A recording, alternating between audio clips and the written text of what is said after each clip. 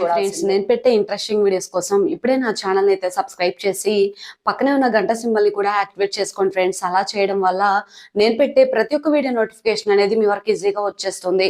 ఇక లేట్ చేయకుండా వీడియోలో ఏం జరుగుతుందో చూసేయండి. రాజు, రూప, విరూపాక్షి ముగ్గురు కూడా ఆ రౌడీలతో గొడవ పెట్టుకొని రాఘవుని ఇక రూప, విరూపాక్షిని తీసుకొని వెళ్ళమని రాజు చెప్పడం, నేను పెద్దగాని ఒప్పించి ఇక ఇంటికి తీసుకొస్తాను అని చెప్పడం, ఇదంతా కూడా జరుగుతూ ఉంటుంది. కానీ విజయాంబిక దీపక్ మాత్రం ఖచ్చితంగా ఈ రాఘవ నిజం చెప్తే వాళ్ళ కుట్ర బయటపడుతుంది అని తెలిసి ఇక రాఘవని ప్రాణాలు తీయాలని సిద్ధపడతారు. ఆ కారులో ఇక వస్తున్న రూప, అలాగే విజయాంబిక, విరూపాక్షి, అలాగే రాఘవ ముగ్గురు కూడా కారులో ఇక కార్ని డాషించడంతో ముగ్గురు కూడా కుప్పకూలిపోతారు. మరి రాఘవ చేత నిజం చెప్పించాలనుకున్న రాజు ప్రయత్నం ఏమవుతుంది? మరి కోమల నుంచి మరి రాఘవ ఇక నిజం చెప్పలేకపోతాడా కోమలో ఉండడం వల్ల? లేదా తను స్పృహ కోల్పోయినప్పటికీ కొంచెం మెలకుగా ఉండి, పెద్దయ్య గారు మిమ్మల్ని కలవాలని ఎన్నోసార్లు నిజం చెప్పాలని అనుకున్నాను పెద్దయ్య గారు, ఇప్పటి వరకు నిజం చెప్పలేకపోయాను, ఇక విరూపాక్షమ్మ గారు ఏ తప్పు చేయలేదు అన్న నిజం బయట పెడతాడా?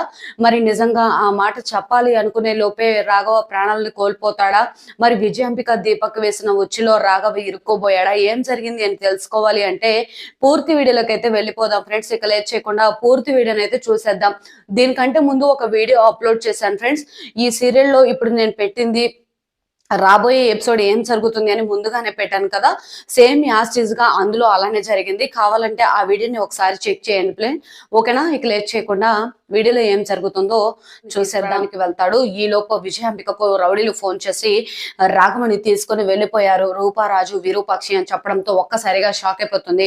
వెంటనే దీపక్, ఇలా కాదు, ఆ రాఘవని తీసుకెళ్లి నిజం నిరూపిస్తే మన పని అయిపోతుందిరా, త్వరగా వెళ్దాం పద, వెళ్ళి ఆ రాఘవతో పాటు ఆ రూప, విరూపాక్షి, రాజు ప్రాణాలను కూడా పోయేలా చేయాలి అనగానే, ఎలా మమ్మీ అనగానే, కారుతో వెంటనే డాష్ ఇచ్చి వాళ్ళని చంపేయాలరా అనగానే, సరే మమ్మీ పద అని చెప్పేసి వెంటనే ఇక కారులో బయలుదేరి వెళ్తూ ఉంటారు కదా.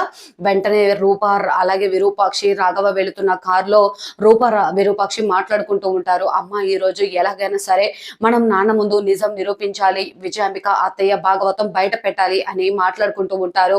అవునమ్మా రూప, రాజు ఇక సమయానికి మీ నాన్నను తీసుకురావడానికి వెళ్ళాడు కదా, అక్కడికి తీసుకుని వస్తే ఖచ్చితంగా ఈ రోజుకి సూర్య నేను ఏ తప్పు చేయలేదని తెలియాలమ్మా అనగానే, వెంటనే ఇక సరే అని చెప్పేసి అందరు కూడా మాట్లాడుకుంటూ ఉంటారు కదా. విరూపాక్షిని ఇక ఇందాక బంధించినప్పుడు బాధపడి ఇక రాఘవ విరూపాక్షి కాళ్ళ మీద పడి కూడా క్షమాపణ చెప్తాడు. నేను జరిగిన నిజమంతా కూడా చెప్తానమ్మా, ఆ రోజు విజయాంబిక గారు చేయడం వల్లనే అలా చేశానమ్మా అని చెప్పేసి ఇదంతా కూడా చెప్పాడు కదా. రాఘవ ఎటు తిరిగి నిజాన్ని బయట పెడతారన్న ఆలోచనతో తీసుకువెళ్తున్నామని చెప్పి అనుకుంటూ ఉంటే, కావాలనే విజయాంబిక, దీపక్ ఇద్దరు కూడా కారుతో కావాలని వాళ్ళ కారుని డాషించడంతో ఒక్కసారిగా అందరు కూడా కింద పడిపోతాడు. రాఘవ స్పృహ తప్పి పడిపోతాడు. ఇక తల అంతా కూడా బ్లడ్ అయిపోతుంది. విరూపాక్షి అలాగే రూప ఇద్దరు కూడా రాఘవని బతికించుకోవాలమ్మా అని చెప్పేసి వెంటనే హాస్పిటల్ కు తీసుకొని వెళ్తారు. ఇక ప్రతాప్ ఇంటికి తీసుకువెళ్ళడానికి రాజు వెళ్తాడు కదా. పెద్దయ్య, మీతో అర్జెంట్ గా మాట్లాడాలి పెద్దయ్య, త్వరగా వెళ్దాం పదండి అని చెప్పి అంతా కూడా అంటూ ఉంటాడు కదా. ఏది ఏమైనా సరే ప్రతాపిక ఒప్పుకొని ఇంటికి రావడమే గ్రేట్. రాజుని ఎలాగైనా ఒప్పించి మరి రూపని ఇద్దరిని కూడా పెళ్లి చేసే అవకాశం లేదని పక్కన పెడితే, ఆ రోజు అనుకున్న మాట ఇచ్చి మరి రాజు రూపల్ని కలుపుతానని మాట ఇచ్చి కూడా వెనక్కి తీసుకున్న ప్రతాప్ విజయాంబిక చెప్పిన మాటలు విన్నాడు కదా. అదే విజయాంబిక ఈ రోజు తన భార్యని 20 సంవత్సరాలు తనకి దూరంగా ఉండేలా చేసింది అని తెలిస్తే విజయాంబిక పరిస్థితి ఏమవుతుంది ఏంటి అని పక్కన పెడితే, వెంటనే ఇక రూప ఫోన్ చేసి రాఘవ్కి అలాగే నాకు, అమ్మకి యాక్సిడెంట్ అయింది రాజు, నువ్వు త్వరగా హాస్పిటల్కి వచ్చాయని చెప్పటం, పెద్దయ్య త్వరగా హాస్పిటల్కి వెళ్దాం పదండి అని చెప్పేసి రాజు ఇక ప్రతాప్ ని తీసుకుని హాస్పిటల్కి వెళ్ళడం. అక్కడ ఇక విజయాంబిక అలాగే దీపక్ పక్క నుండి మొత్తం కూడా చూస్తూ ఉంటారు. వాడు ప్రాణాలతో మిగలకూడదు మమ్మీ అని చెప్పి అంటూ ఉంటే, ఏమో దీపక్, నాకు కూడా కంగారుగా ఉంది, వాడు నోరు తెరిచి నిజం చెప్తే నా పని అయిపోతుంది అని ఈ విధంగా అనుకుంటూ ఉంటుంది కదా.